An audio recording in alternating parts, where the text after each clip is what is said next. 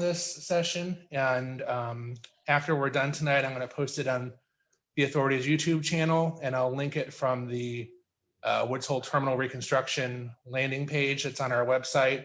Also, Falmouth Community TV has asked for the recording, so they'll have it as well.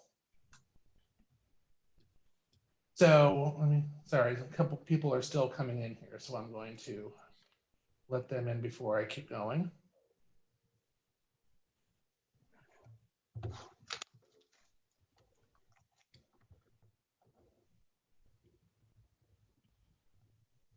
Okay, so as many of you know, this is the first of really 4 forums we're going to have this year on the design phase for the Woods Hole, the landside portion of the Woods Hole project. We're going to have 2 forums that are being held during the schematic design phase, which we're in right now. This is the first of those 2, and then we'll have 2 more during the design development phase, which will be in the latter half of the year. Just want to let you all know this is not a public board meeting tonight. It's a forum for conversation, but there won't be any votes taken tonight. So it's not a legally noticed board meeting.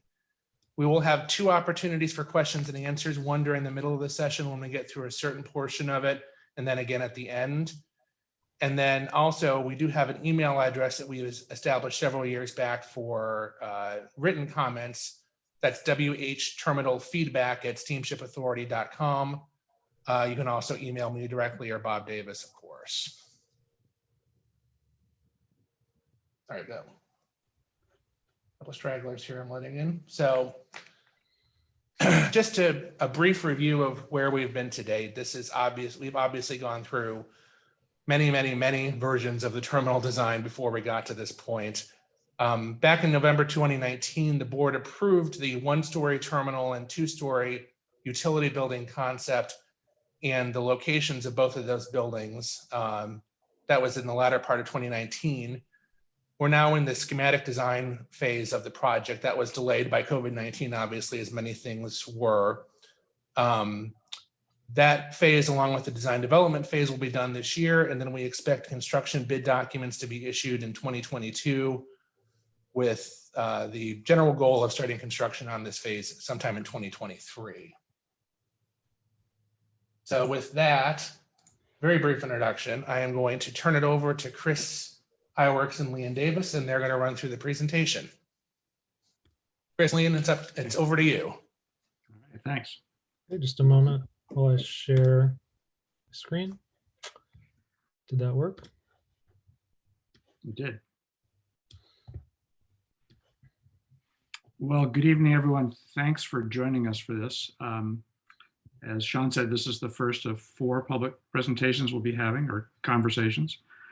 With Leanne and I tonight, we also have Carlos De Souza with Garcia Galusca De Souza, who are our mechanical, electrical, plumbing engineers on the project. Nate Russell with GZA Environmental for site design and traffic. And IBI Placemaking, Rick Williams is our landscape architect. And the 3 of them are hidden in boxes around the screen, but if topics come up during the Q&A sessions, they are available to answer questions. So next. Chris, I'm sorry, real quick, one thing I did forget to mention is that as we will have 2 Q&A sessions, I'll ask you, everyone who's on the call, to hold your questions until that point. You might have noticed by now that you're not able to turn on your audio or your video at this point. I will enable those features during the Q&A session, but I wanted Chris and Leanne to be able to give their presentation first, and then we'll have a conversation. So those will be enabled when we get to that public comment period. All right. Sorry, Chris, go ahead. So the objective of this is to have an open dialogue with stakeholders to answer questions related to the project design, discuss design criteria and objectives, and to importantly listen to public comments and input that you will have. And these are the milestones that will be making presentations 40 and 90% of both schematic design and design development phases. Next. So these are the 6 topics we're going to go over. We're going to do the first 3 first, and then take a pause and discuss those. And then go into net zero energy, terminal building, utility building in the final segment. So the first part is going to be an overview of the basis of design and site circulation, as well as Cahoons Park. So next slide. So our basis of design document is really a technical criteria document to lay out what we're trying to achieve from a criteria perspective. And there were 6 major components to that. One was developing project surface life for all of the major components that we're putting into the project, confirming the building and site program. For the most part, the building and site program has not changed. There have only been a few minor things that which we'll point out as we go along that are changes, but room sizes and building sizes have not changed. It contains design criteria for all disciplines. And then we have a new section, of course, on coronavirus criteria as that affects building design, resiliency criteria, which is related to being in a flood zone, and sustainable design criteria. And Lean's going to talk real briefly about 2 of these topics, coronavirus and sustainable design. So as Chris mentioned, during the basis of design stage, we conducted a review with our design team of public health design recommendations, standards, and some industry best practices. And based on that survey, we've identified criteria for the new building that we're intending to use to promote healthy spaces and to reduce the risk of transmissible disease in the building in the future. So some of the strategies that we'll be employing are air filtration and smart ventilation management strategies, including UVC is one of the options, one of the technologies we'll be looking at. In addition, we'll be looking to use touch-free and easily cleanable antimicrobial surfaces generally throughout the building wherever feasible. And the public restrooms were a key target for this effort. And so we'll be developing the public restrooms using touch-free fixtures, easily cleaned surfaces, and full height partitions with dedicated air. Additionally, the restrooms are laid out to enable distancing if need be and one-way circulation. We also have the interior circulation paths in the building organized to enable one-way circulation and separation between staff and public spaces. And you'll see that later in the presentation as we go through the terminal building plan. We also went through sustainable design initiatives with the Steamship Authority, and we've focused in on a couple of key objectives for the project. One of which is we will be pursuing LEED certification, and the target certification level is going to be determined as the design details develop. In addition, we'll be pursuing LEED Zero Energy certification, and that's something that we'll go into in a little bit more detail later on in the presentation. But in short, it's essentially the goal will be for all energy required by both buildings and the site itself will be generated on site.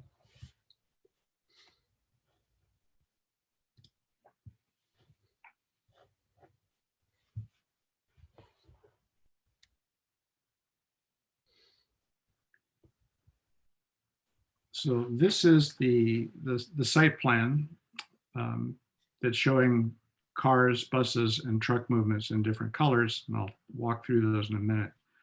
But I start by saying that the general layout of the component parts are not changed from where they were previously.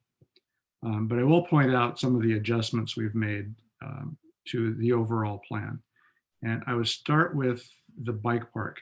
We did have a 100 bike capacity park in the northwest corner of the site, which is called Cahoons Park. And we were asked to take a look at possibility of moving that bike parking to the rear of the site. And so we've done that. We've located the bike parking along the east edge along Railroad Avenue. As Railroad rises up, it stays low.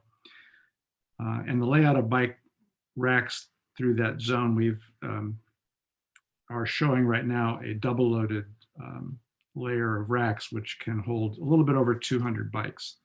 So where the previous design had 100 bikes, this now has 200. And we know from the temporary terminal that with bike racks that the SSA has, the 100 capacity bike racks are not enough during the summer. So this will be an improvement over that. The other thing I'd point out is you see two blue arrows on either side of the terminal. Those indicate the entrances to the terminal. So we now have central vestibules on both sides. And we have an entrance on, importantly, on the east side that faces the buses and all the vehicles are out there. And it's a much more easily identifiable way to get into the building. The cars that come into the site have changed a little bit as they drive in on the right-hand side and come past the security booth. All vehicles will make a right turn or a 180. And we still have the short-term parking, angled parking along the side there. And as you drive past that, there are the vehicle queuing lanes arrayed as they have been for some time. And as a vehicle moves further to the north, there's a right turn that goes back to the temporary, or not temporary, but the remote parking lot. And then vehicles coming to the end of that lane make a left turn, and that is where we have pick up and drop off zone next to the bike park. And then finally exiting that loop is a right turn out onto Railroad Avenue. You'll see a little orange loop towards the upper right of this drawing. That indicates the van that the SSA uses to shuttle people back to that remote parking lot. So there's a place to pick up and drop off people at a curb, and then room for a U-turn to make it back underneath the bridge. Cars coming out of the queue can come, this is operational decisions of which way it makes the most sense, but they can come out to the left and feed around the back side of the buses or feed to the right around the front of the buses. And then exiting is either out Railroad Avenue or back up Cowdery and over the Crane Street Bridge. The buses have shifted a little bit. They are now up against the terminal plaza.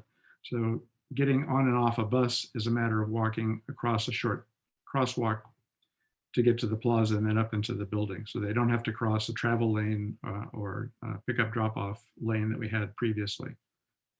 And so this will make for a much more, I think, comfortable and safe passage for people arriving by bus. And the buses have a pretty simple radius turn into those slots, and then the same coming out onto Railroad Avenue. And then finally, truck staging, we have that in pairs, 4 pairs of truck staging spots.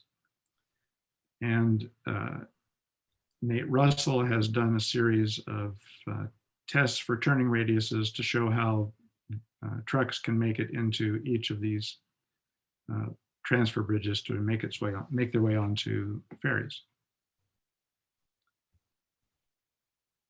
And I guess the last thing that on this site that or 2 more things I would say, you'll see some blue rectangles. And Leon, I don't know if you can show it with the arrow, but above the bike park, there's a blue rectangle. And then down on the southern edge of the vehicle queue staging area, there's another one. And then there's a 3rd rectangle that is in the employee parking lot. And what those represent are solar arrays that are column supported. So they're just above vehicle height. So they're not very high, but we've located those out there in conjunction with the solar array that we have over the terminal building to provide us with a zero net energy strategy, which Leon will talk about in a little while. The last piece is the Cahoons Park. Having moved the bicycle parking to the northern edge of the site, we now have essentially an open unprogrammed oasis. It's out of the way. It's not in the midst of traffic. And we have a few slides to show what it used to be. So before we started, and the original terminal was off to the left, there was a loading bridge that was seldom used. And there was a landscape buffer between this, what was really used as a taxi staging area. And all that's gone at this point. Everything in that picture is removed, so we have a blank slate. We did save those bronze plaques of fish for reuse. And the granite blocks, I believe, as well. Okay. And the next slide is a planned depiction of what the bike park had looked like. So this was the bike rack layout. It was kind of sequestered within a landscape garden on all four sides. There was a seating area and walkway along the bulkhead. But now that we no longer have those bike racks and that need, it's an open question as to what this space should be.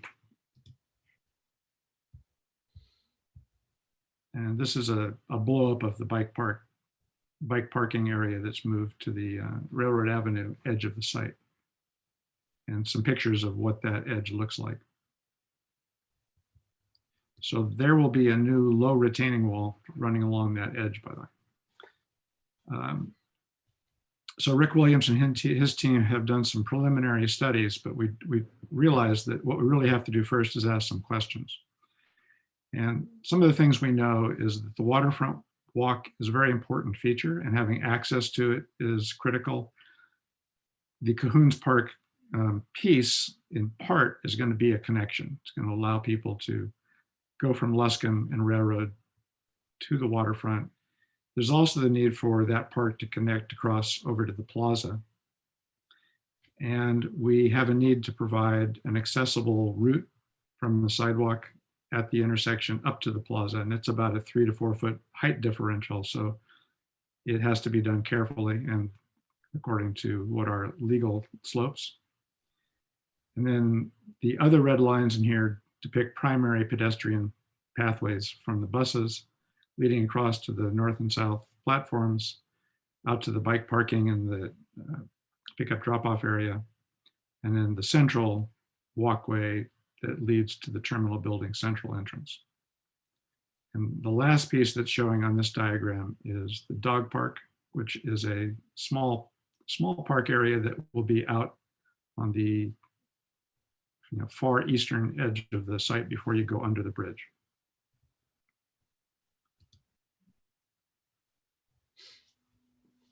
So we're going to pause at this point to give you a chance to ask questions, make comments, give us some input.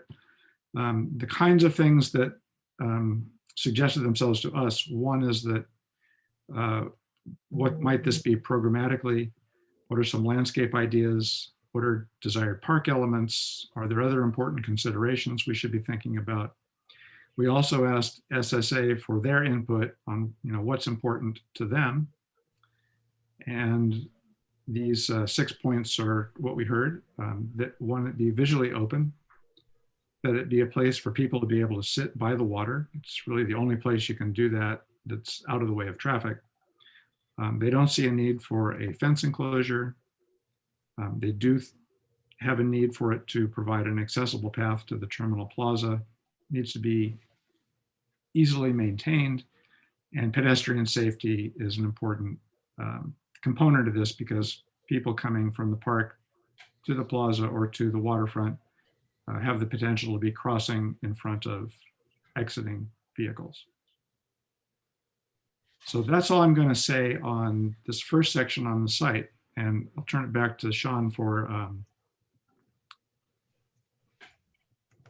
community Okay. at this point. Leanne, if you could pause your screen, turn off your screen sharing for the time being. So what I'd like is anyone who would like to comment on the Cahoon Park concept, or has any questions on what's been presented so far, please hit the raise your hand icon on Zoom, which I'm sure we're all painfully aware of by now.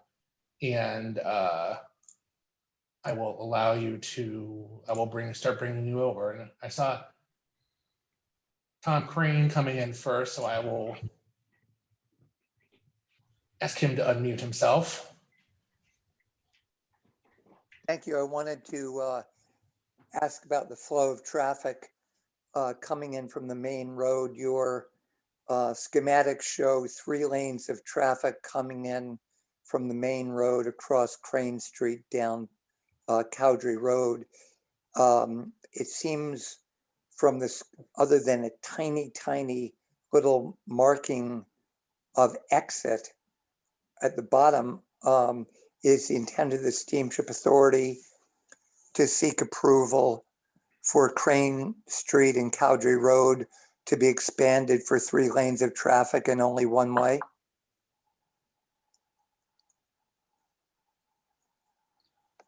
I'll take a shot at answering that. The depiction, the color lines that depict the different vehicles coming in is not literally lanes. Those are just showing the 3 types of vehicles. There are 2 lanes already, one on either side of the entrance booth. So cars will continue to come in on the right-hand side, trucks and buses on the other side, leaving a 3rd lane for exiting. So there's nothing's envisioned that would need to change the current 2-way traffic on Cowdrey. And what about Crane Street? That looks like a one-way road now. No, it's It the turned same. into a one-way road. No, it's 2 ways. And it looks like you've also eliminated the pedestrian walkway along Crane Street. Is that correct? No, Okay, I mean, that's what you show. it's a diagram. It's a diagram to show the way the 3 types of vehicles go into the site. It's not a diagram of the layout of sidewalks or actual markings on the street. So it doesn't change from how it is today with sidewalks and lanes. Thank you. Yeah. Thank you, Tom. I will, Ellen Tully, you're next. You're up.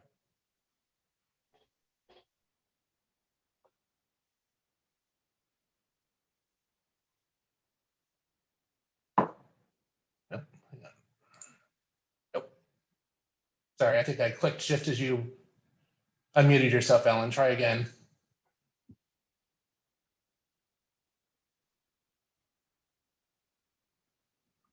How about that?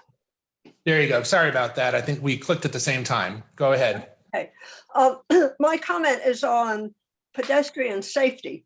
And from the little reading that I did, or from some reading that I've done, the thing that produces pedestrian safety is slow speeds of the traffic, so that they can adjust to whatever the crazy pedestrians do. So I recommend everyone enter and exit at slow speeds when you think about pedestrian safety. Thank you. Next up is Arden Edwards. Arden, you can unmute yourself. Am I unmuted? You are. Okay, great. Thank you. In the late 80s, when the Steamship Authority was going to take out the plan that was there, I offered an alternative, and they were going to put in a new park. I offered an alternative, and they liked it better, and it was built in the late 80s. Now, you did mention a landscape architect who will be working on the park. I hope that this architect is knowledgeable about historical sites and interpretation. You mentioned 2 items that were saved from the second Sam Cahoon Park. The first one had an anchor that was donated by Dan Clark. That was in the late 60s. Is the anchor still available is one of my questions. My other question is, there was a bronze sign with a depiction of the fish market, Sam Cahoon Fish Market, and a fishing schooner from Edgartown, and history about the fish market. that had been damaged slightly by a little snow plow in the park. And my question is, has it been fixed so it can be reinstalled? The bronze plaques, fish plaques that were in the sidewalk were made by the same artist who made plaques for the waterfront park. And I highly suggest having the new landscape architect look at this other part and other places in town to try to bring things together, to have some homogeneity. Some of my ideas about landscaping are to use native plants. They use less water, they're less maintenance. Will this new park be about twice as big as the Sam Cahoon Park? And I hope that the granite will be used for a sitting wall, and there might be a possibility that the town of Falmouth or the Steamship Authority would have more granite to donate for more sitting wall. Another element is good lighting.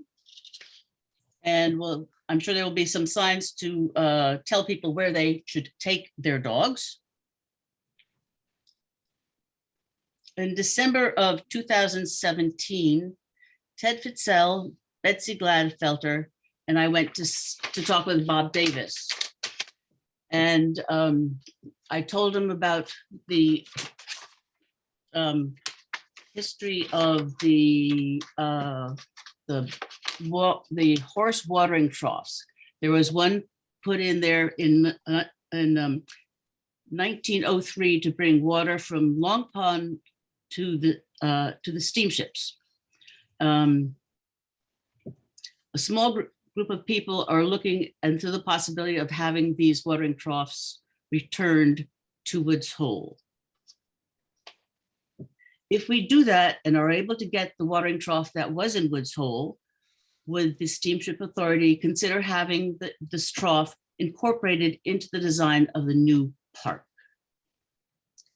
There were actually two watering troughs. One was in Woods Hole and the other one was, I believe, on the green in front of the Congregational Church. This feature would be enjoyed by residents and lots of visitors who would see it up close. Dogs would drink from the lower ring like they did in the early 1900s. And we think it's a great idea. And if there are people who would like to help with this effort, they can contact Ted Fitzell, myself, or the Woods Hole Historical Museum. There's one other thing I would like to mention. I live on the Woods Hole Road, so I'm well aware of the noise and traffic and the congestion, the parking issues, et cetera, especially in the summertime. But there's something that I would like to say to the Steamship Authority, that not too long ago, when they made a big change to the whistles on the vessels, that was the return of the steam whistles for them. I'm sure it wasn't easy, but someone was persistent enough to follow through. And I thank them for doing it every day. In fact, I thank them probably every day because I hear them every day. And so I'd say, let's give our best effort to figure out a way to get the watering trough back in Woods Hole where it was first placed. Thank you. Thank you, Arden.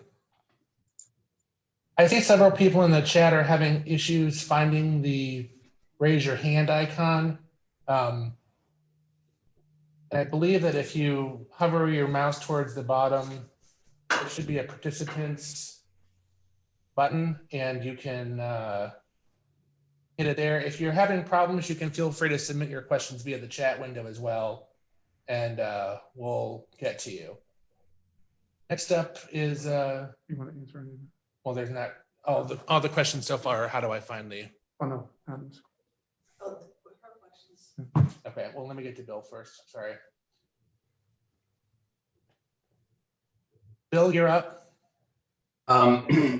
Thank you for moving the bike parking back so that the bicycles dismount before they go across the traffic. That's a major safety improvement. I'm very happy about that. The solar canopy over the bikes is going to shade that green edge between Railroad Ave and the bikes is actually a very lovely green space. There's all kinds of stuff growing in there, and I know you're going to cut some of it back with your retaining wall, but I think that the plants in there should be sort of arm's length plants. Maybe they're as random as what's in there now, but the solar array there, I think it should be shifted so it's over next to the other solar array so that the sun actually shines on those plants and they actually get a chance to grow. That would be lovely. And I think it's great that the dog park is separate from the bikes because some things don't go together. The buses, I still think are on the wrong side of the terminal. I think they should be on the seaward side of the terminal so that people coming off the boats get right to the buses, people getting off the buses get right to the boats. They're not going to go into the terminal, most of them. Some of them might go in and go to the bathroom, but I think most of them are going to go right onto the boats. And I don't know that you need 3 lanes of buses.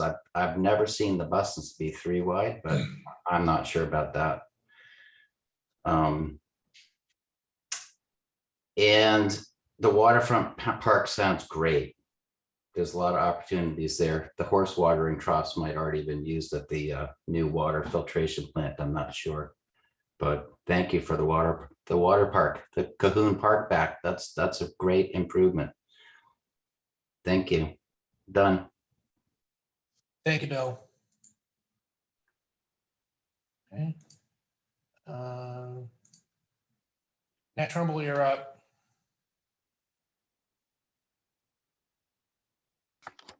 I have 3 sets of questions about the site circulation, please. And the first concerns trucks. And one question, will there ever be a need for trucks to back up like they do regularly today with their backup beeping? Will trucks ever have to pass into the passenger car lanes, those 16 lanes? Will they ever end up back there like they do today? And will trucks continue to wait and park on Cowdrey Road, just adjacent with the employee parking, just below the employee parking lot, like they do today? Just a general question about the count of slots you have for trucks. The MV Woods Hole carries 10 trucks, it says on your website. I only see 8. These are presumably 53-foot trucks. Still doesn't look like enough space on the terminal without you're going on to town, basically parking on a town road. Two, and also related to trucks. On some summer weekdays, more than 600 trucks, or at least vehicles classified as trucks by the steamship, pass through the Woods Hole terminal. What is the maximum number of trucks per day or per hour, if you wish, that the new terminal configuration would allow? And then finally, my third question, Massachusetts regulates emissions from cars and trucks. Will there be any modeling or projection of anticipated air emissions from such a large concentration of cars and especially trucks at the Woods Hole terminal? Thank you.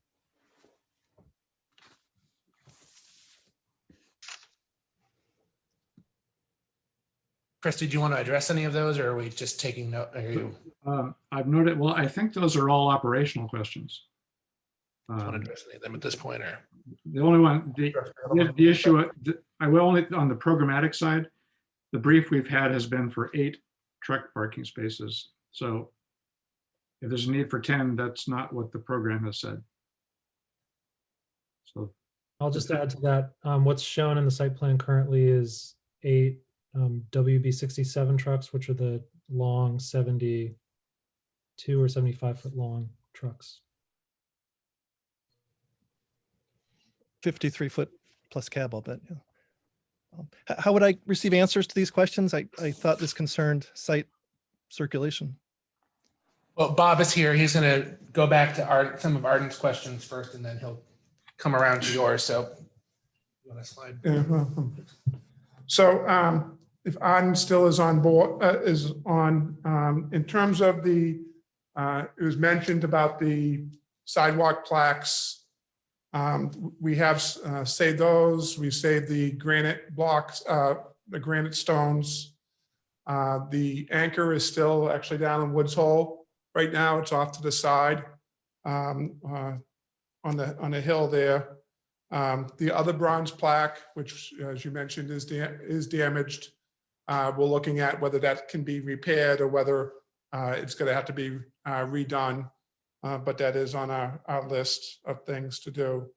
I think the native plantings and the water, I think that'd be a Chris and Liam question there. The lighting, of course, is an issue we'll be looking to address for not only the Cahoon Park, but the site. And yes, we did talk about those troughs, and I think someone else just mentioned that they're actually out on Gifford Street at the town's water department there. So it'd be a matter of the town wanted to reassign one of those. So. I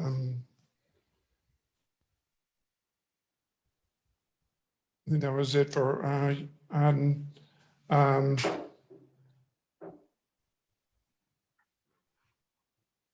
think Bill had comments on terms of the solar, where it's going to be whether it should be shifted so that way any plantings on the hill from Railroad Ave was there, the dog park, and in terms of the 3 lanes for the buses, we have not only our own buses, but we have intercity buses such as Peter Pan that come down. And we also have the Regional Transit Authority buses that come down. So we're all leaving at on different schedules. So that's why there's a separate lanes for each one of those. So that way we don't have a bottleneck of vehicles that need to move when the other ones that are in front of them don't have to leave yet, aren't scheduled to leave yet. So. And then I think in terms of Mr. Trumbull's questions, I think all efforts are being made so that way the trucks don't have to back up. That's not to say that they won't on occasion, but we'll endeavor to minimize any of that. I think the turning radiuses, I think we'll be showing that later on. I think it is so that way on occasion we may have them swing around and stage in the vehicle, in the car staging area as well. And I think the plan is to be having the truck staging on our property. I think you talk about 600 trucks per day. Those aren't, just for clarifications, that's not all tractor trailer vehicles. Those include the smaller, smaller classifications as well, I believe. So as we've stated all along, we were, the terminal plans are done based on what our existing, traffic levels were. We weren't building in for a lot of growth. And then I guess the last one was the air emissions, and yes, we'll have appropriate signage up in terms of the regulations regarding trucks for the idling and how long they can idle and the like. So.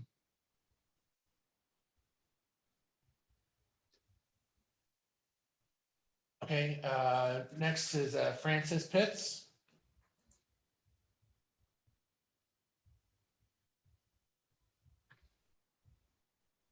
Hi, I'd appreciate it if Chris would address the question of pick up and drop off. If I wanted to come and pick somebody up or drop someone off, what would my path of travel be in a car? Do I go around the back of the queuing area to that pickup drop off area? How do I do that? Yes, that's correct.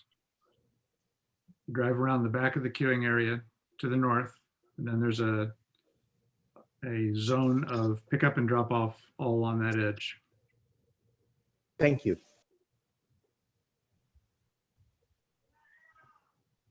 Okay, next would be Jonathan Goldman.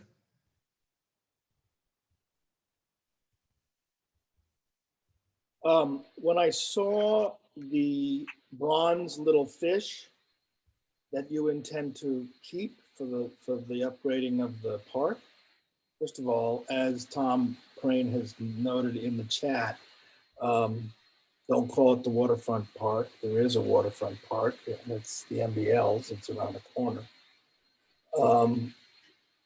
Those fish, those cast fish, I wanted to take a second to just suggest that you come up with some representative group that can help determine the programmatic set that you would have there.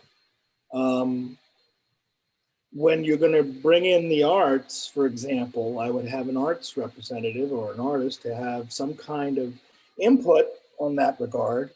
In addition to the historical museum's imprimatur of whatever historical elements programmatically should be displayed. I mean, I think it would be good to integrate the cultural activities of this little village into an active part of that park. That doesn't mean taking individual, what I used to call plunk sculptures, you know, equestrian sculptures, which as we now know are largely being removed. Let's think another 100 years and let's think what kind of cultural touchstones we want to have in a design that has a direct integration into the park. Imposing anything even in a small way and not maintaining it, like you said, one of the bronze plaques has been damaged. I mean, this is part of the problem of these designs, is that the maintenance becomes onerous, and we want to make sure that it's kept up. So this isn't really a question per se, but when I saw those things, they constitute public art, basically. And the integration of public art into public spaces or semi-public spaces, I think should be thought out. I think it should be articulated. I think it should reflect many of the different cultural touchstones that we have and we all share as people of Woods Hole. Thank you. Thank you, Jonathan.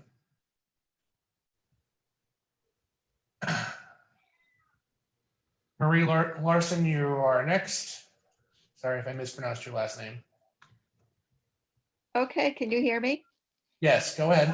Thank you. Yes, that's the right it's Lawson if you're saying it really correctly, but Larson is how I say it. And Thank you. that's not easy with a Boston accent, saying that R. So thank you so much for doing this. It looks like there's been a tremendous amount of work put into this plan. And I commend you for all of that. I don't know how much input you've had from a group called the Woods Hole Permit Parkers. And I'm wondering,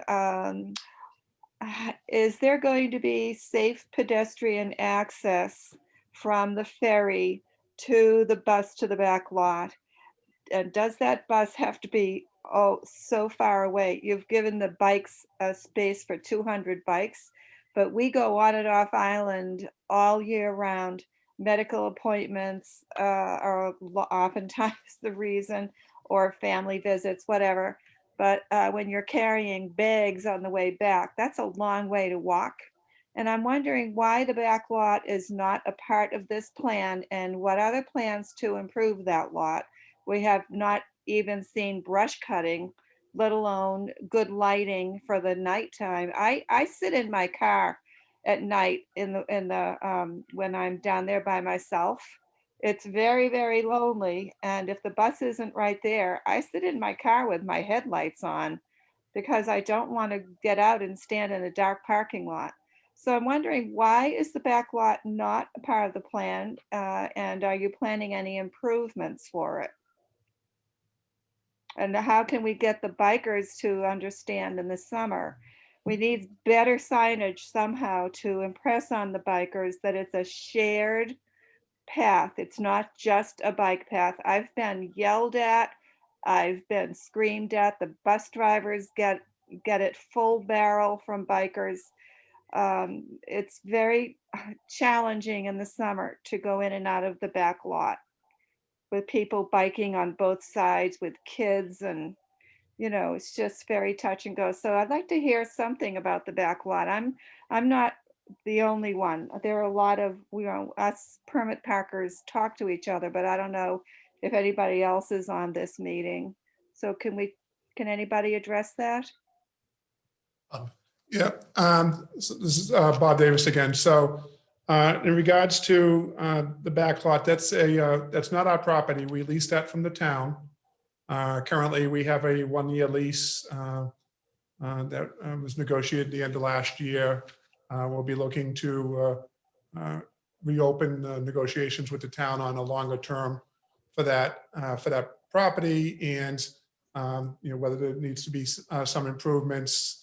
I know typically in the spring we do go down there with and do some clearing and cleaning up and the sand and the fencing along there. So we'll be doing that. I think your first comment pertained to the distance. While I think the site circulation plan has the shuttle bus once it comes out from underneath the bridge, making immediate U-turn. We have discussed that the opportunity also exists that they would be able to go up the pick up and drop off lane, circle around in front, and then make a big circle and go back to the back lot. So that still is a method that we can be utilizing the shuttle to the back lot. Okay, and I really find it hard to accept the fact that the Steamship Authority claims they just rent it. So whose responsibility is it you should go down there and see how bad it is in the summer with all the brush growing in. Everybody's car is into the brush. And it's like, it's a very neglected part. I don't know what the town's plans are. I see that Catherine Wilson is here. Thank you. Maybe Catherine, you have something to say about who is responsible. The Steamship Authority is always passing the buck to the town, and it looks like the town doesn't really do much of anything down there. It's my understanding that the town does own the property, and there's been a long-standing relationship with Steamship Authority. Bob, is it possible that we can coordinate better with the town so that some of those issues are addressed? Yeah, I wasn't implying that it's the town's responsibility. The lease, we've had this lease for a number of years. It's just the current term is only a 1-year term. But in terms of it, we'll be looking at what improvements need to be to the lot.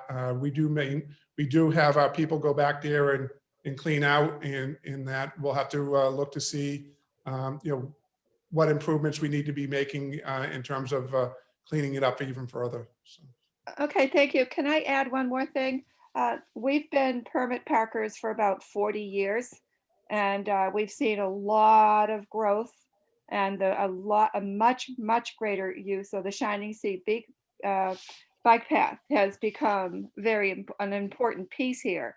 But let's also remember that the town of Falmouth only owns the back lot. They don't own all the access over the Steamship Authority property. So we need to develop a little more of a beneficial relationship for the people who are paying a lot of money, a lot of which is going to the town of Falmouth to park down there. And I think it was about maybe 25 years ago that we had a proposal for the steamship authority to move the permit parkers up to Palmer Ave and make that a lot for day trippers, which I was on a committee with a couple of other people, a couple of people from Falmouth and a couple of people from the Vineyard, and we did a survey. And I would hope that perhaps you should consider getting a very small group of people together to discuss this, to get some input from the permit parkers, because there are simple, easy things to do, and the brush cutting is not being done properly. And I don't know why. I haven't asked. I don't even know who to talk to about it. But that would really, I think it matters. I think that back lot is part of the Steamship Authority. We pay them a lot annually for the privilege of parking down there. Thank you. We appreciate that the town is still leasing it, and the town is making a very good amount of money on that lot. So can we please have some attention paid to that? It is part of the Steamship Authority's programs. Thank you, Marie. Okay, thank you. Thank you very much. Okay. Oops.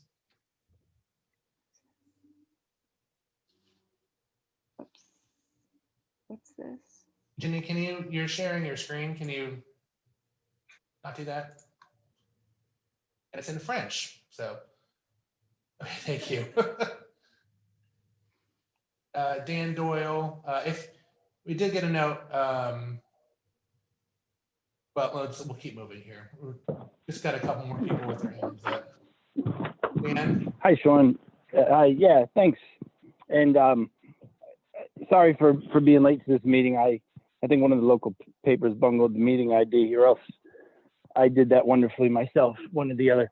So sorry if I missed this. I think I read recently that the steamship is at least planning to take on a feasibility study for long-term planning, what it would involve to electrify the fleet. And I just want to applaud you guys for that. I think that's really great. And on one hand, you don't know what you don't know when it comes to, potential design elements that might, better enable the shoreside infrastructure piece, should you decide to pursue in that direction. But on the other hand, I'm just wondering if there are any low-hanging fruit that can be taken into account with this design that would, sort of allow that seismic infrastructure investment at some point, again, if you chose to go that direction, to happen more seamlessly. And I imagine, that's been a conversation internally with you guys. I'm just wondering if you're able to share any of that thinking. Thanks, Dan. Yeah, we bifurcated the presentation tonight a little bit. So we did briefly review some locations for solar on the site. And I think we're going to get a little bit more into that in the second half. So if you could hang on to that, and if we don't address it more directly in the second half of the presentation, we'll come back to it afterwards. Okay, very, very good. Sorry to be out of sequence. Thank you. No, you're fine. Thank you. Okay, and then just to review a couple of things that have come up in the chat. Some comments more than questions, but we do have, where all of them will be recorded for posterity. So we do have a note from Bill Roslansky about temporary parking for pickup drop off for bus passengers being too far away from each other. Bob Morris noting Representative Fernandez letters about lighting. Tom Crane noting about light pollution as well. And then Nat Trumbull asked who's responsible for picking up litter in the back lot. Is that us? That'd be us. That would be us. And then Bob Morris noting a controlled curb cut needing to be addressed. Luscombe is one way to the spot where the kiosk officer directing traffic formally sat. The plan shows at least 4 lanes entering Railroad Luscombe intersection plus a lane coming out of slip 3. Not necessarily 4 lanes of traffic. I think it's just 4 arrows for illustrations purposes, but your point is made, is noted. Zozo, you want to come up? And then I think that a concern about traffic from the staging area to slip 2, especially as it crosses over pedestrian areas. And right now it's already appears to be an accident waiting to happen between pedestrians and cars entering and exiting the ferries. That is something I know we've talked about, that pedestrian flow, certainly. So that is something we're keenly keeping an eye on. So Bill Benno, you just put your hand up. Unmute. Yes, I didn't follow exactly the question about the passenger pickup and drop off. I was wondering if you could put the image back up on the screen that you could illustrate where that occurs. It sounds like that occurs up where the bike parking is. If everyone could not share their screen so that Liam can share his screen, please. Liam, can you put up that? Yep. Again, please.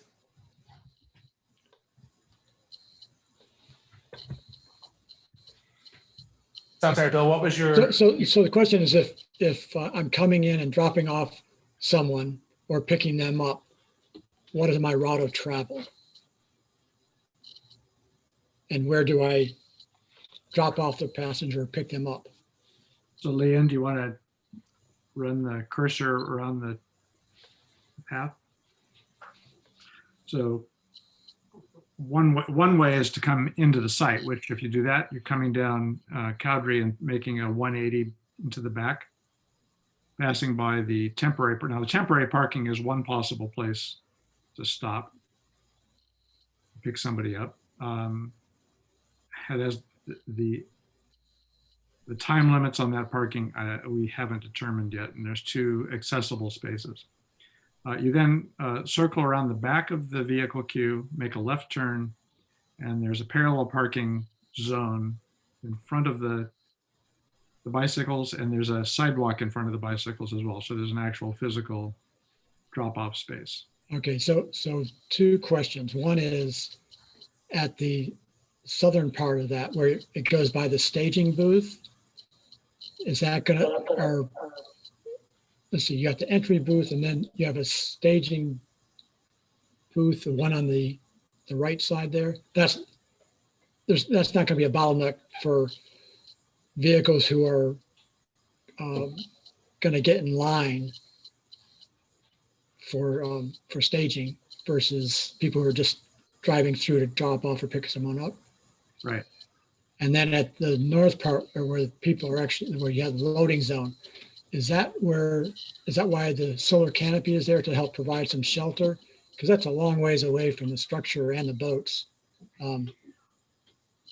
for people to be walking that distance in the elements.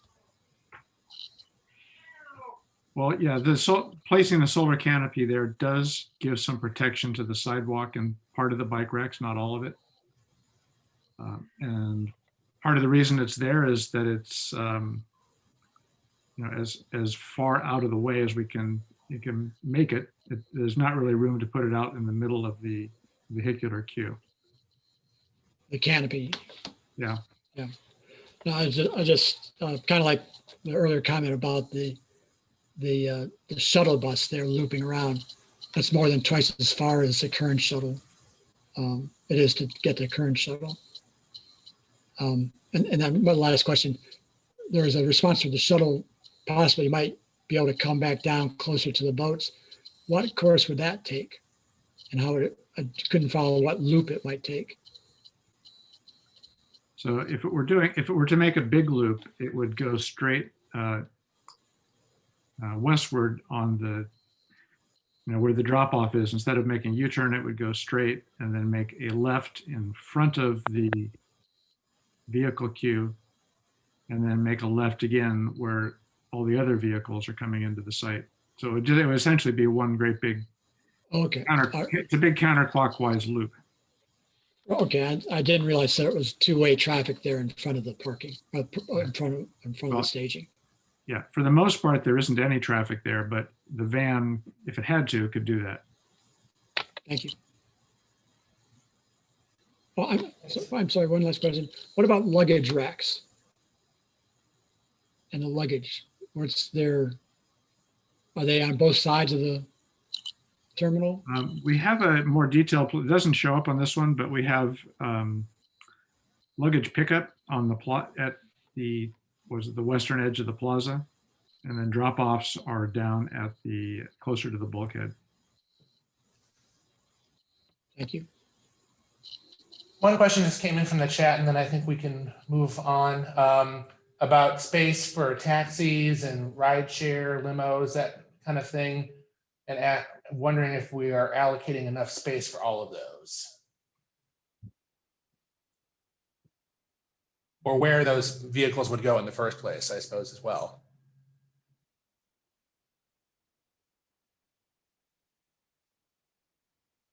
Chris or Lane, can you address that? Yeah, well, the spaces we have for everybody that's in a car that wants to come onto the site is limited. So we have the drop-off space across the north. We have the angled parking on the south side. We have not talked about, you know, what would happen if you need more, you need more capacity than that. That's the capacity we have right now. Okay. Why don't we, Rich Southberg, I see your hand up, but I'm going to hold media questions and group them at the end if I could, and I'm not giving an option, so that's what we're going to do. So I'm going to go ahead and disable everyone's ability to unmute themselves. And Chris and Leon, if you guys want to move on to the second half of the presentation. Catherine, I see your chat, and we'll come back to you first after the second half of this.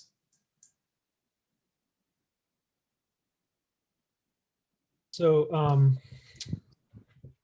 in the next portion of the presentation, we're going to focus in on the buildings in a little more detail. As we mentioned earlier, before we do that, one of the objectives we now have for the project is we're going to be pursuing LEED Zero energy certification. And so net zero is basically an approach where we will be combining energy efficiency with on-site renewable energy production. To answer him. So to meet this objective, we'll be working to balance the envelope performance, energy use reduction strategies, which will include, you know, efficient HVAC systems. We're looking at geothermal as one of the options there, and energy efficient lighting, just to name a few options that we'll be including. And those will be balanced with on-site photovoltaic energy production.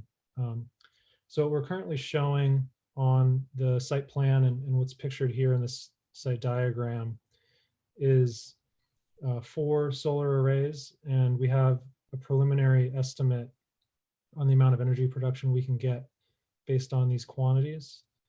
So by locating solar on the terminal building and then over the bike park, at the short-term vehicle parking and in the employee lot, we currently estimate that we have enough to achieve the net zero objective, but that is going to hone in as we move through the design process and do more detailed energy modeling. The other thing I'll just note is that we're not anticipating any solar on the utility building. It doesn't appear to be a good candidate for that due to shading from some neighboring trees.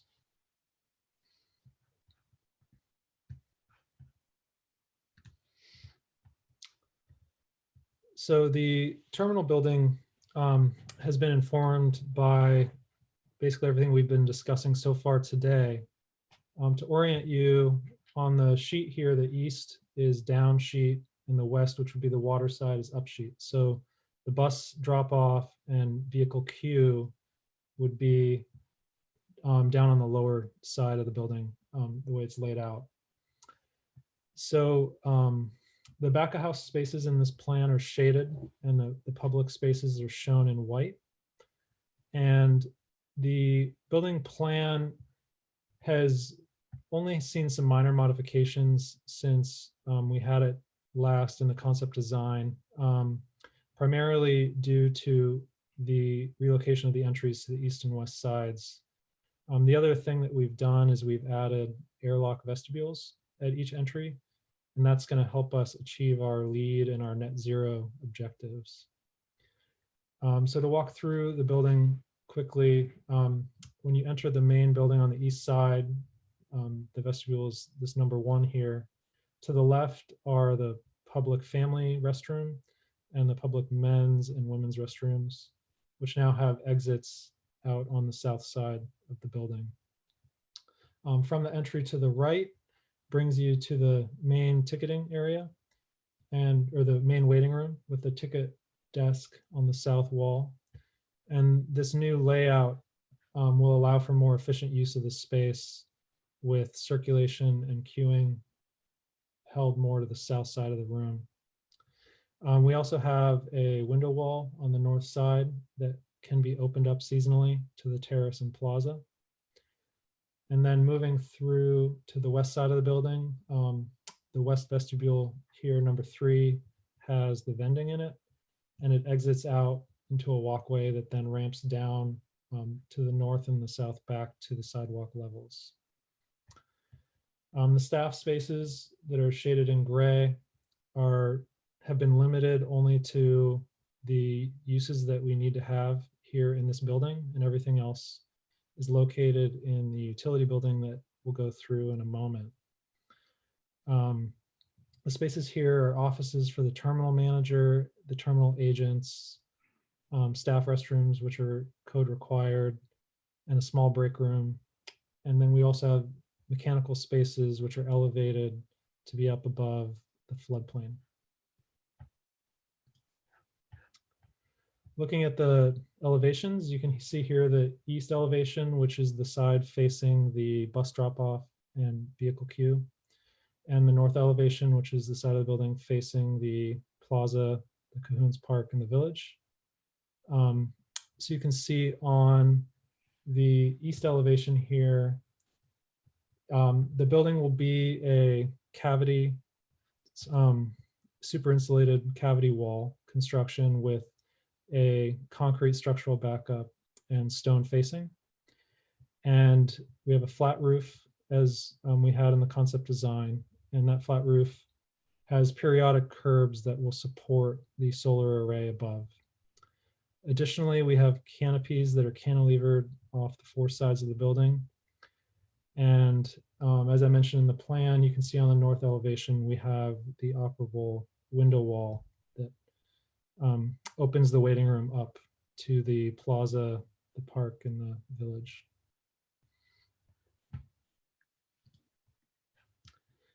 And so these elevations are of the west and south side. So the west side is the side of the building facing the water. And here you can see on the south elevation, we have those exits from the 2 public restrooms. And I'll just note that the windows and door assemblies are currently planned to be wood systems that will have a deployable floodproofing barrier, which is going to allow us to achieve the dry floodproofing requirement for the building. Switching over to the utility building, as we discussed earlier, the utility building is a 2-story building now. The first floor, which is pictured here, houses the operational storage spaces, which are generally organized around the main equipment storage, which is space number 8 here. And that is set flush with grade so that the Steamship Authority can drive their equipment in and out of the building.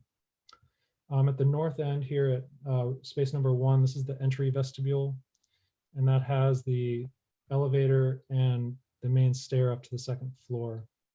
And the stair is set up so that the first landing is a half of a run up so that the door on the east side is aligned with the employee parking lot for direct access. The 2nd floor houses the primary occupied spaces in the building. So arriving at the top of the stair and elevator, a main corridor brings you down to the employee locker room, which is room number 24 here. There's also an employee break room, which is 29.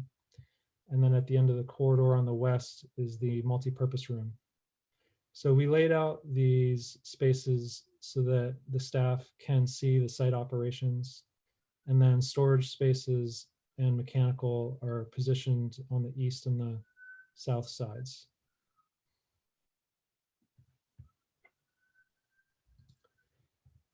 Moving to the elevations on the utility building, similar to the terminal building, it will be stone cavity walls with wood window and door assemblies. And the building is broken up into gable and flat roof sections. So here the north and west elevations are shown, which are the two sides that sort of face the terminal building to help orient you. And you can see the roll-up doors into the main equipment storage and oil storage spaces.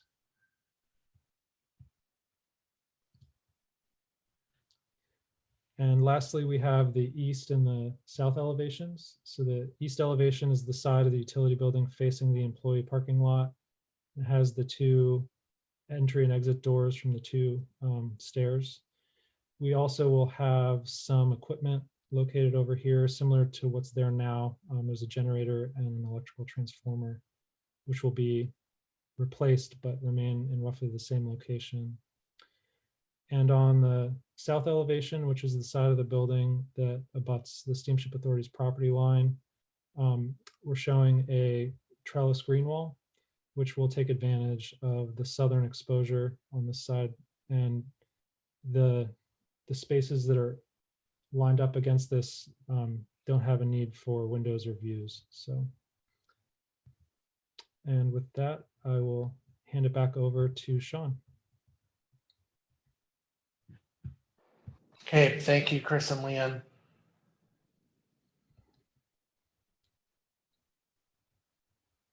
All right, I swore that we would get to Catherine Bumpus's question first. She asked, what purpose does the plaza at the terminal serve? Chris or Leanne, can you address that? Can you repeat the question? Sure. What purpose does the plaza on the terminal property serve?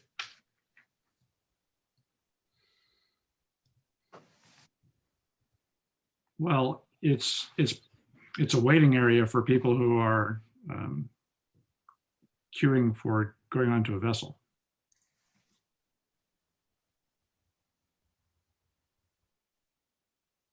Okay.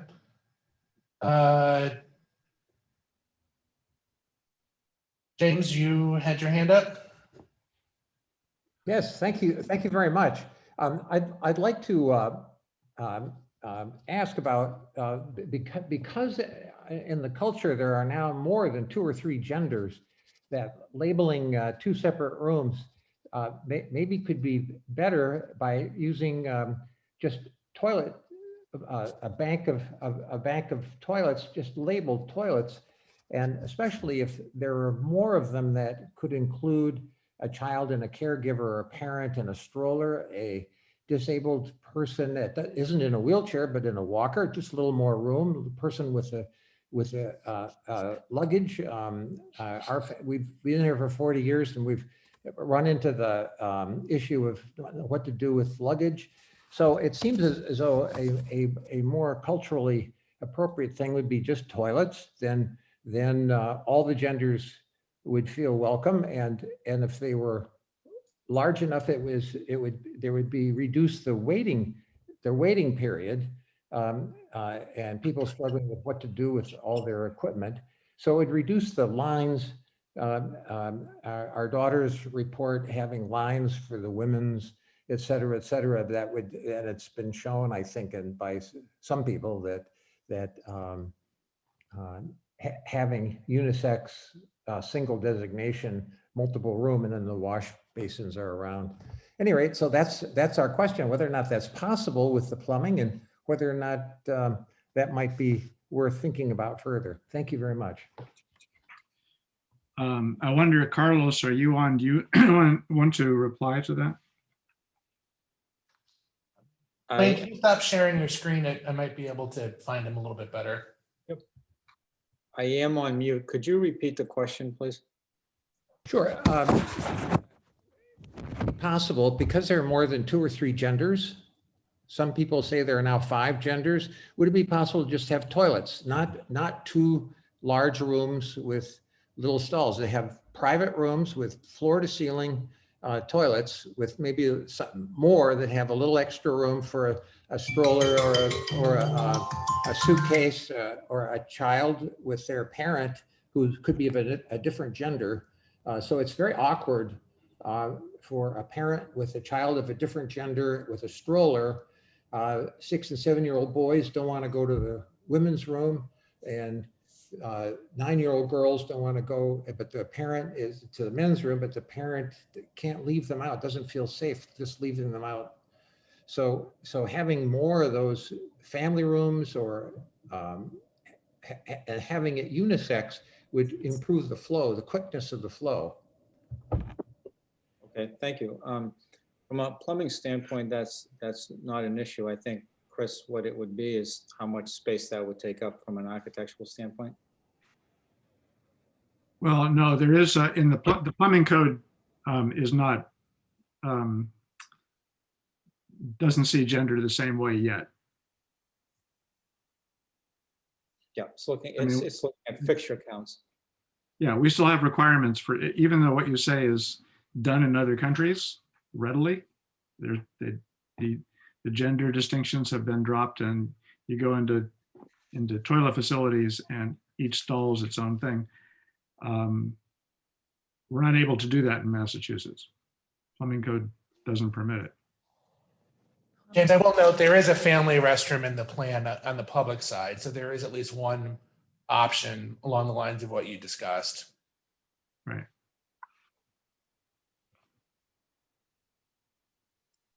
Okay, Nan, John Becker, you are next. That's very disappointing. Thank you. I'm concerned about the utility building having the elevator tower on the north side, because that puts it right smack in the middle of the view that those of us who live across from the steamship currently have.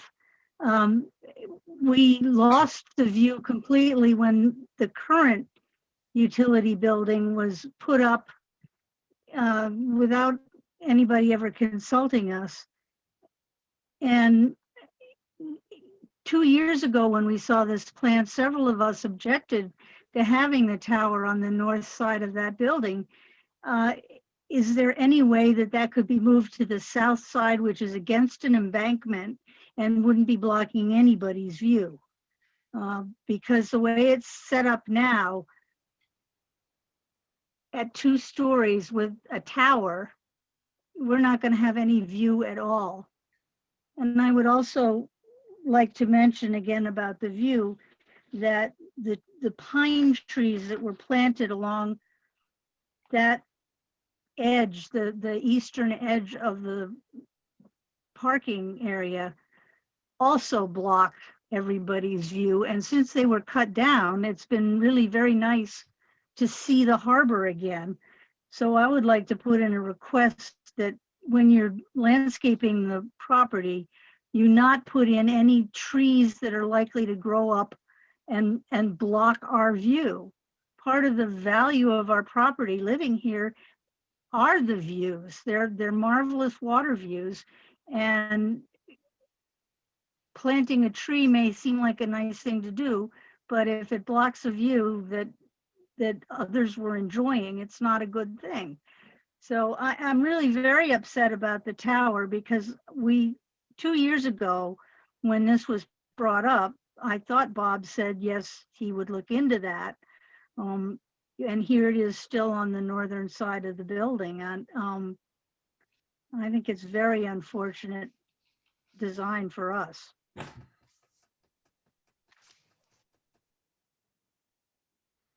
want to speak to that, or Chris, or nobody? Yeah.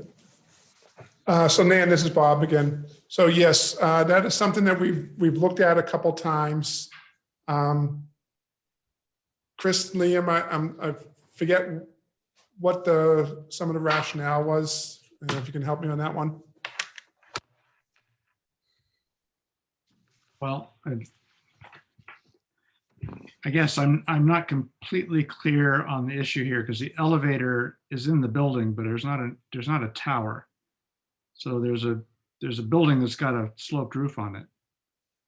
And you know, wherever you put the elevator, you still have a roof. You still have a two-story building. So Yes, but if you put the elevator stack on the south side, it's against an embankment and that has trees behind it. Nobody's view would be impeded in any way, whereas the way you've got it set up now, that sloped roof, slightly elevated from the rest of the building, is right smack in the middle of our view. so what you're saying is having a roof is your issue? Having a two-story building plunked down in front of us is, as I said, very unfortunate.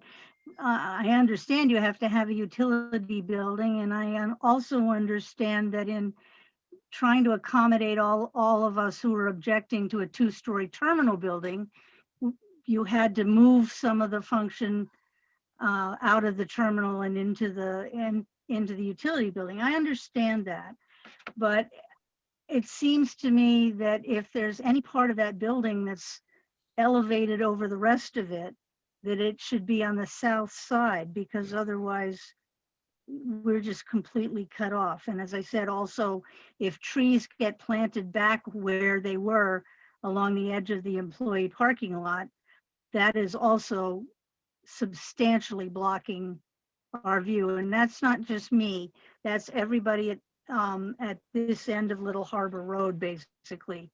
There are three or four houses on Little Harbor Road, all of which have a nice view from their second floor, at least, over the harbor.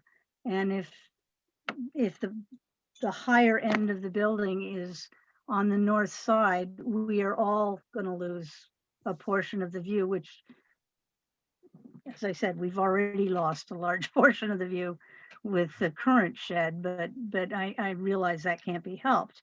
I'm just saying it would be really nice if a two-story building didn't make it even worse than it has to be. And this is Sean. Bob and I just talked, and he's going to look back through his notes to review that conversation and reach out to you on this, because our memories are failing us at this point. Yeah, no, I recall the conversation. I just, we'll work with Chris and Liam and see about what options we would have in terms of that elevator shift, but okay, I do those are the remember, type of comments that we're hoping to hear today. well, I don't know if Pam Stark is on this session, but she was the one who brought it up initially, because that it would be very substantially blocking her view as well as ours. So as I say, there are a number of us that would be affected by that. And I remember I was there, and yes, we did discuss it, and we should revisit it and talk with Chris about the options in that regard. Thank you, Kate. I really appreciate that. I think, we all realize that there are certain needs that have to be met. And having the privilege of living here includes having to accept some of the negative aspects of being next to the Steamship Authority. I'm just trying to find a way to mitigate those negative effects as much as possible. Thank you, Dan. Bill Roslansky. Unmute yourself. Thank you. I have a little bit of a laundry list here. So First off, I can't see any value in the opening window wall on the side of the terminal building facing the plaza. I just don't know what kind of function is going to require opening up a whole wall like that. I know they're expensive. I bet they're not that energy efficient. It doesn't seem to make sense. And then you've mentioned wood windows and doors a few times. I can't imagine the maintenance that will make those valuable in a building like this. It seems like aluminum or, vinyl or something would make a lot more sense. And then there's a kind of a bigger issue about the canopies, which make the building look very lovely and floaty and light, but they're so far off the ground that they're not going to do any good.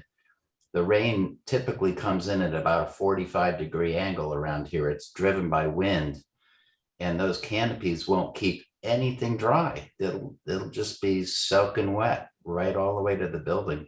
So I think they're too high. I don't get the clerestory windows way up high in the building. I know it makes the roof kind of float on top of this structure, but it seems like a lot of energy and expense for a building that people are only in for a short amount of time. And this is just a personal thing. I don't love the round windows. I'd rather have more bigger, squarer windows down low that I could just glance out of and not even notice the building. But that's just me. I'm not wild about the round windows.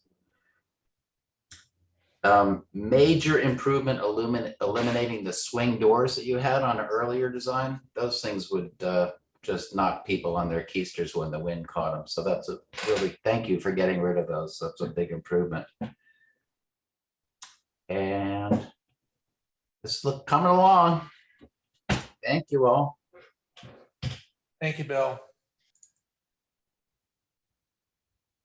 Catherine, I guess you're next. I'd like to thank all of you for hosting this and letting us give input yet again. We've been at this for a number of years now. I can't say that this plan really makes me happy or excited as looking at the building. The comments that I've heard from a number of people say that they don't think that it would be welcome in any of the other ports. So there are differences. It is smaller and we appreciate that a lot. But it is not necessarily the design that we'd like to see. One of the things that I continue to hear are maintenance issues. We hear it from your users all the time. Having the space, the building itself and the terminal overall maintained better would be appreciated by everybody.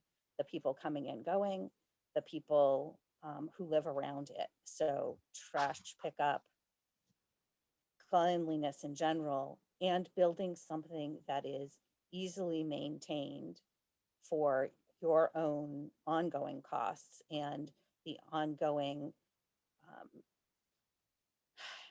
sort of aesthetic aspect of everything would be good. Nobody likes it when you're walking through a space that looks dirty or ill-kept, and it tends to lead to it becoming dirtier and less well-kept.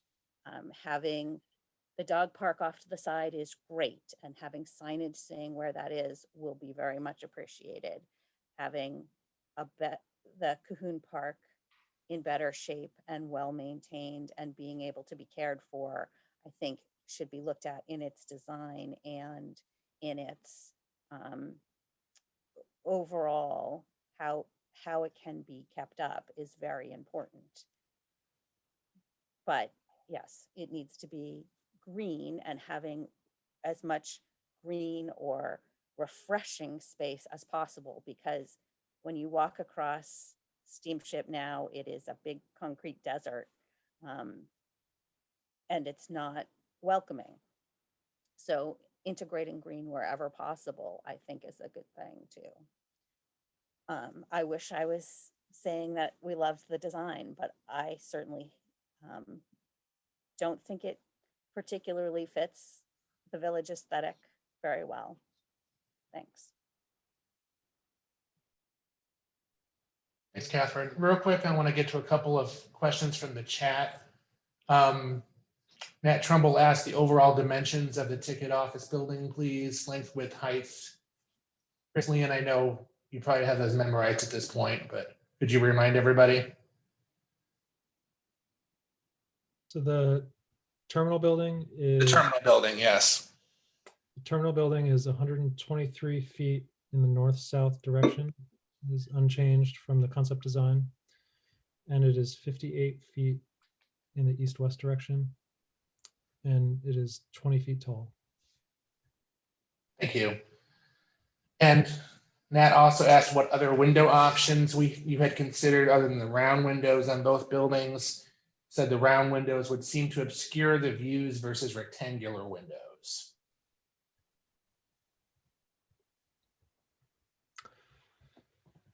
Well, we've been looking at a number of fenestration options. The one thing I'll just point out that we've been also evaluating in addition to just aesthetics is the LEED design has specific criteria on daylighting. So we're also looking at getting daylighting into all the interior spaces that require it. Okay. Ellen Tully, you can unmute yourself. Yes. On the design of the utility building on the south side, there seem to be windows on the south side at least I thought there were windows in the drawing, but I heard you say that there were no windows on the south side. And so could you clarify? There are some windows on the south elevation at the waiting room on the far west end of the building, and the stair, I believe, also has windows on the east side. But along the main length of the south elevation, there are no rooms with windows. The waiting room? You mean the multi-purpose room? Sorry, the multi-purpose room. Okay. And that looks directly onto the south side. It does currently, yes. Okay, that's going to make me very uncomfortable to have people peering through their windows on my property. So maybe we could discuss that sometime.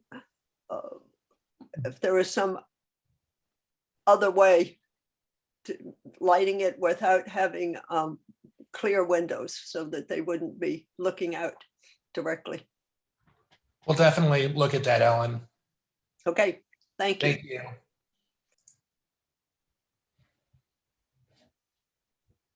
I presume to be Ted Fitzel or one of the Fitzels. Okay, there you go. Okay, you're unmuted, I think. Hello, can you hear me? Yes, we can.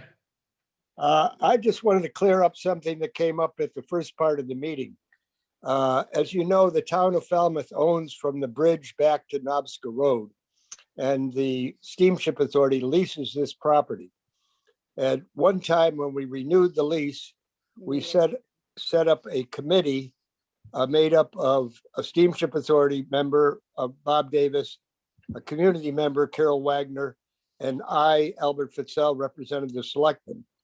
At that point, we used the hammer we had of Falmouth owned the back lot, and we got the Steamship Authority to give us an 18 parking space parking lot.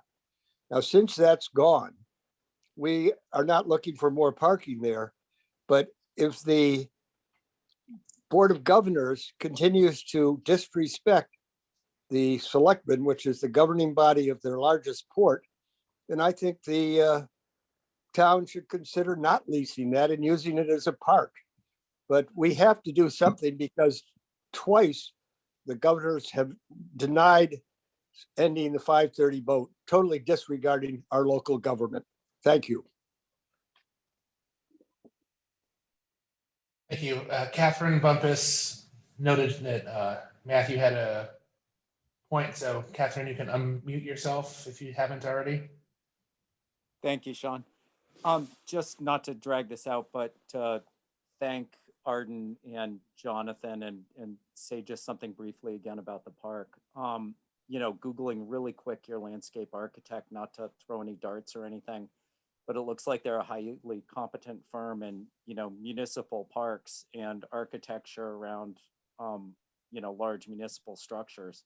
What we're really looking for is a small local park with character. I would just highly encourage that whatever architect firm you use for the landscape design at Cahoon Park, that they work closely with some sort of a small group of community members to actually make it something that is not just a, easy place to run a leaf blower through to blow the cigarette butts to one side, that it's actually a welcoming space that actually has some character for the town. Thank you. Thanks, Matthew.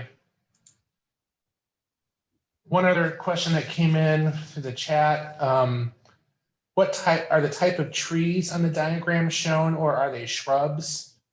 I'm assuming those are probably just representative shrubs at this point, but I don't know if there's more detail to that, Chris and Leon. Which diagram are we talking about? Don't know. Maybe Rick Williams from IBI can just speak generally about the type of plantings we would be using on the site. Rick, are you? Yep. Rick Williams, IBI Group, landscape architect. I mean, what we would be looking to introduce out there is native planting, mentioned earlier. I know that, it's for various reasons, it's obviously a good choice. Easier with water, more durable in terms of the environment, local microclimate. We'd be, looking to do some overhead canopy trees where we could to basically provide some additional shade in the summer months when the park would be highly used. But there would also be, where we need it, some screening material for screening along some of the edges if needed. I've heard on a couple of occasions the desire not to do screening, obviously on the east side of kind of the east side of the parking lot in terms of screening views and things like that. So we'd be selective in terms of what we propose. I think we'd be looking for low maintenance, but we'd be looking for something that's not corporate, but is going to give kind of the village feel to kind of that space again, as well as the plaza. Thanks, Rick. One other question from the chat before we get back to the raised hands about the space dedicated to telecom equipment. Isn't it off-site or cloud-based? Chris, could one of you address that? So the main equipment is in SSA's Palmer Ave location, but each remote location has its own needs for local servers and equipment. Carlos, do you want to expand on that? Yes, so that room also takes all the cabling within the building itself. So all the workstations themselves are hardwired. So they all get wired back to racks, and the racks have patch panels, and the patch panels will have switches mounted below them. So that's why the telecom rooms are required. Thank you. Marie Larson asked about pedestrian access to the bus to the back lot, where the safe path would be, how people would access that. We'd need to bring the plan up to show that. Just a second.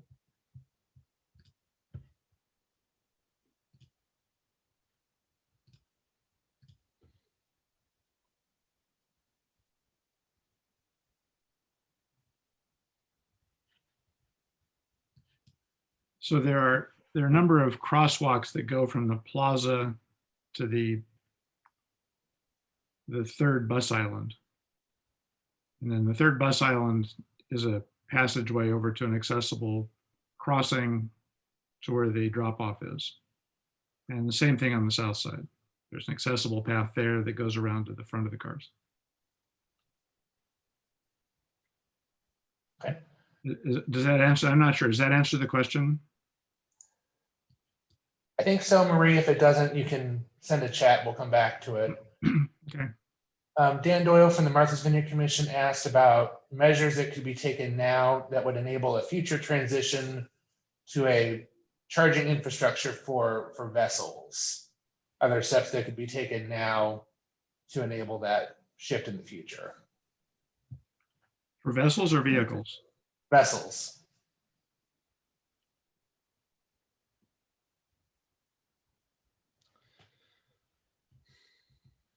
If I may.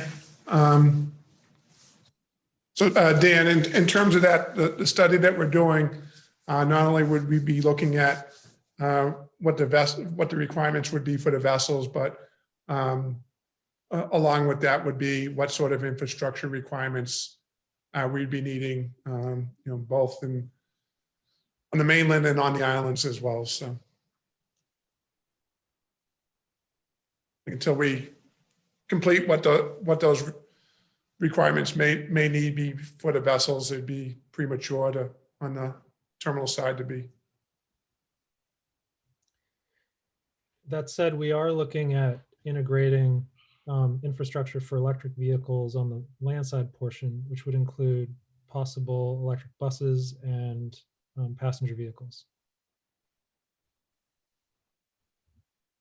Jonathan Goldman's been waiting patiently with his virtual hand up. So, Jonathan.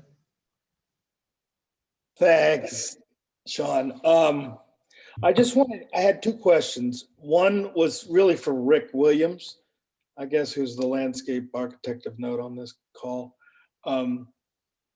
If there are any new trees or green spaces or green, as Catherine Bumpus noted, are they all going to be planted in dirt or are they going to be in planters?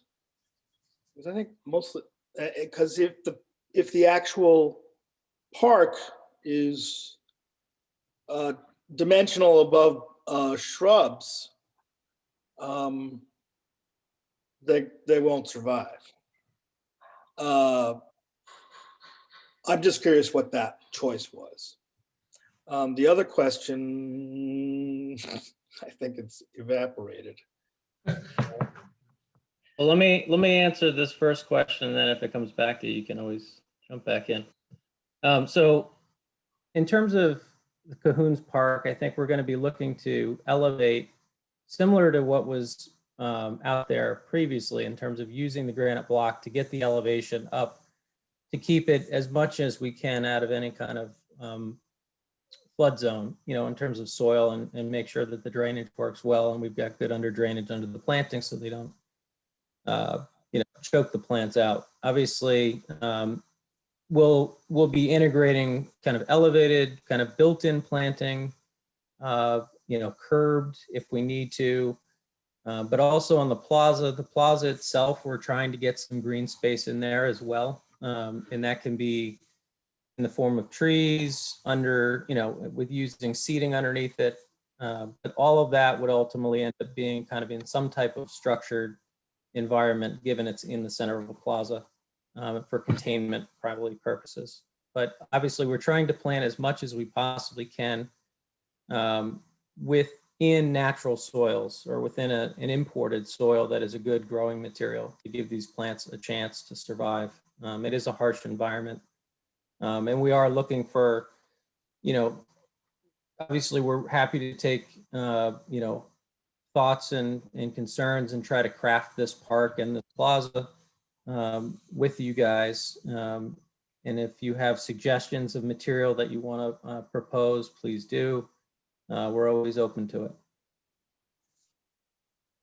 The only reason why I asked that was because I have experience on waterfront, and last week with those 60 knot gusts that came off of the bay. That doesn't usually happen in Woods Hole and on your face to the terminal area, but it was blowing stink and they were 4-foot rollers. So there's a lot of salt. our windows were covered with salt. So I'm just saying that whatever this is, it's in an artificial environment. It's an artificial ecology. So I'm just very curious about long-term, how deep, you know, because once a flood comes up, which it will, you know, how impenetrable is the bulkhead to keeping the salt water away from that, what I think is could be a precious little jewel. But emphasis on little. Yeah, little indeed. And I The think other thing I was going to That's say very- was the circle windows. I agree with everybody who's sort of had a negative about it. It kind of reminds me of the Mystic Aquarium, where it is appropriate. I think it's, I don't know. The rectangular ones, it would go to, I think what somebody said about seeing through the building. I think it would give it a lot more, you know, view through, which I think is one of the things that the community really would like. Thank you for doing this. Thanks, Jonathan. All right, I promised I would get to press questions at the end. There was one in the chat from Carrie Gentile with the Falmouth Enterprise asking about the size of Cahoon Park and will it be larger than it was before? Chris Leon, do you have any dimensions on the new park area versus what was there prior? Well, what was there before was a taxi stand and a loading transfer bridge and a small garden along the edge. So yeah, it's a lot bigger. I don't know, Rick, do you recall the size of the overall rectangle? Trying to remember the exact size. I feel like it was somewhere around 60 by 70, something like that. It's larger than the North Plaza there, but it's probably from the green space that you're seeing in this top picture, you know, 4 times the size of that area of green is probably about the limits to the full width of the park, but not that it's going to be fully green like that. Somewhere around 60 or 70 feet. And Rich Salzberg, if you still have something, if you want to unmute yourself, you can ask. Hi, thank you. 2 questions, if I may. The first is just in brief, if the architects could articulate how fire response might be contemplated in the landside design and the traffic flow. In other words, especially in the season, if it's a busy season, where the fire truck's going to go, if there's an emergency on the land side or the water side that requires firefighting capability. We can go back to the site plan, Leon.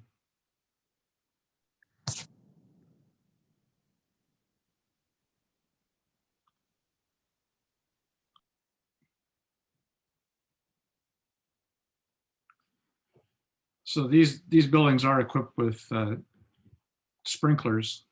So very unlikely that they're going to burn, although fire trucks might show up. So there's access on the south and the east sides of the terminal, as well as the north. And if buses are move forward, they also have access on the fourth side. The utility building has access all along the north side, and then from the employee parking lot along the east side. The only side it doesn't have access on is along the property line. Is that laid out to a particular code, or is something different sort of metric for that? Buildings don't, is your question, do buildings have to have fire truck access on all 4 sides? Well, I meant, I suppose, just the terminal in general, but especially the land side. Is there some sort of guiding code for providing area for fire apparatus, or is it maybe not so much?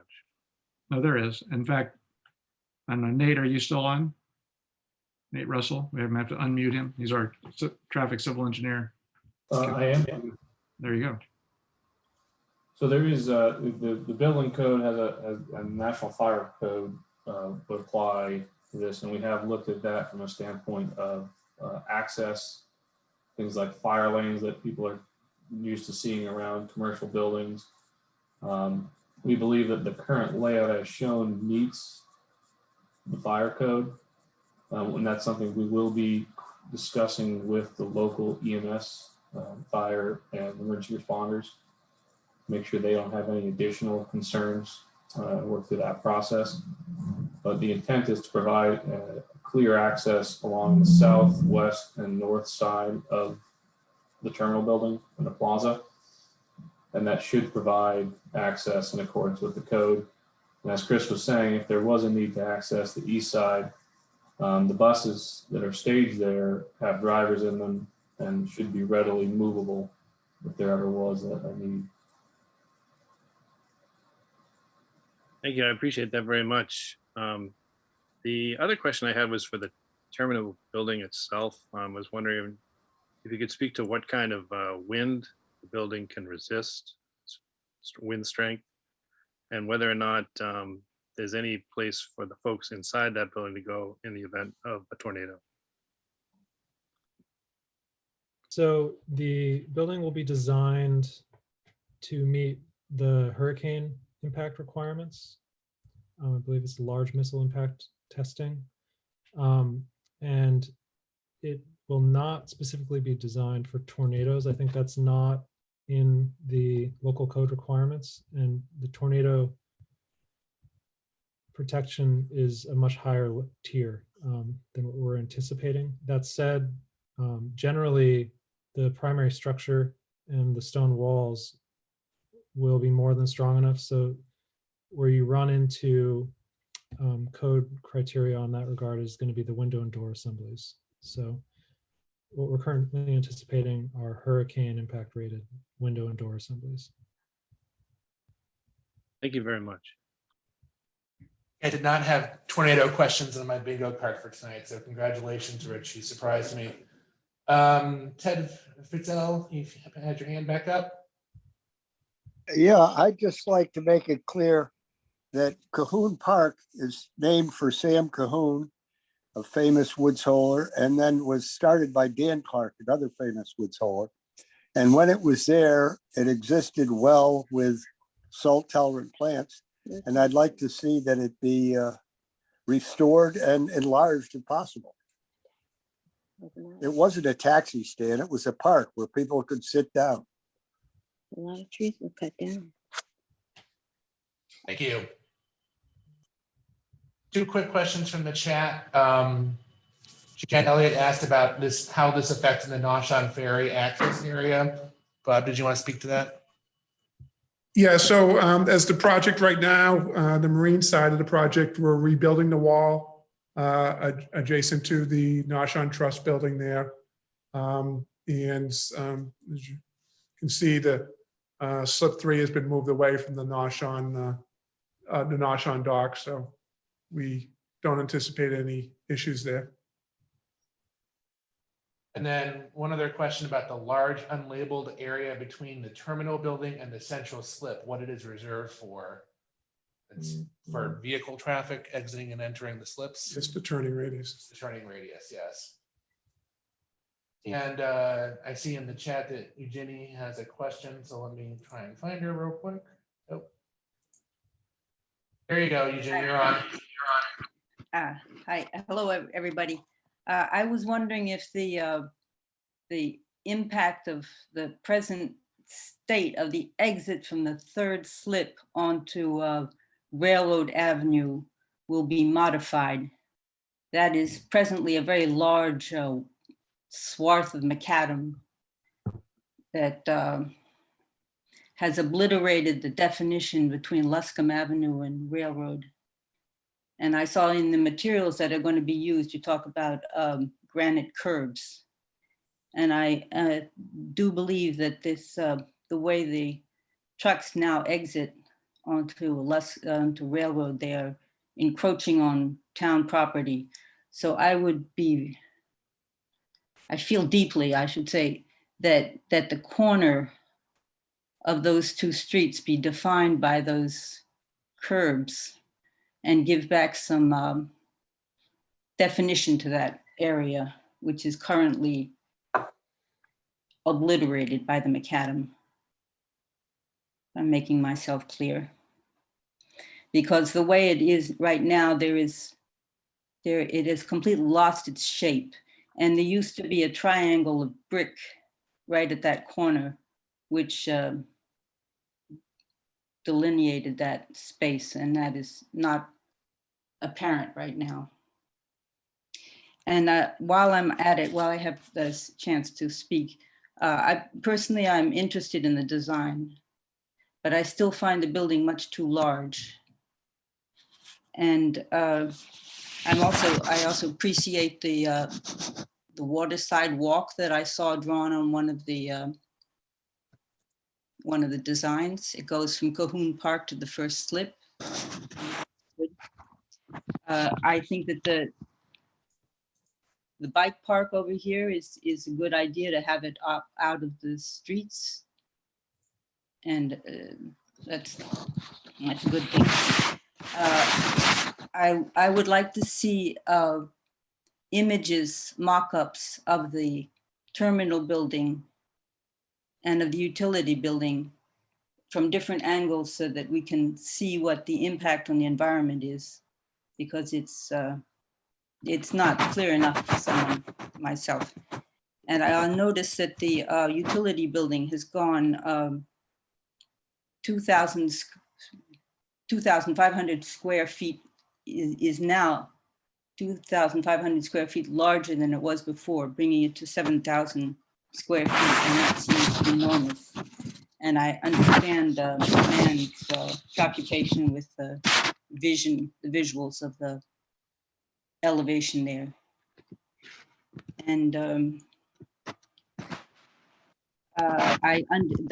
idea of solar panels seems very good to me, though what Bill Roslansky was saying was that it was not efficient because they were too high. And I can't speak of that, but I'm glad that they're integrated. I was more skeptical about the way they are and spread out over here in the employee parking lot. But are they over cars, or what are they? How are they being installed there? And if I may cite a email that we SMART received this afternoon from John Gore, who considered that the LEED certifications that brought the plan up to certified, it was not high enough, was not environmentally sensitive. And finally, I'm shocked by the price tag of 31 million plus for this project. And I find that it's a kind of a spiral of consumption it forces the Steamship Authority to raise prices, to do more advertising, encourages development on the vineyard, brings in more traffic. And this all has to do with this size of the buildings. Thank you. Thank you, Eugenie.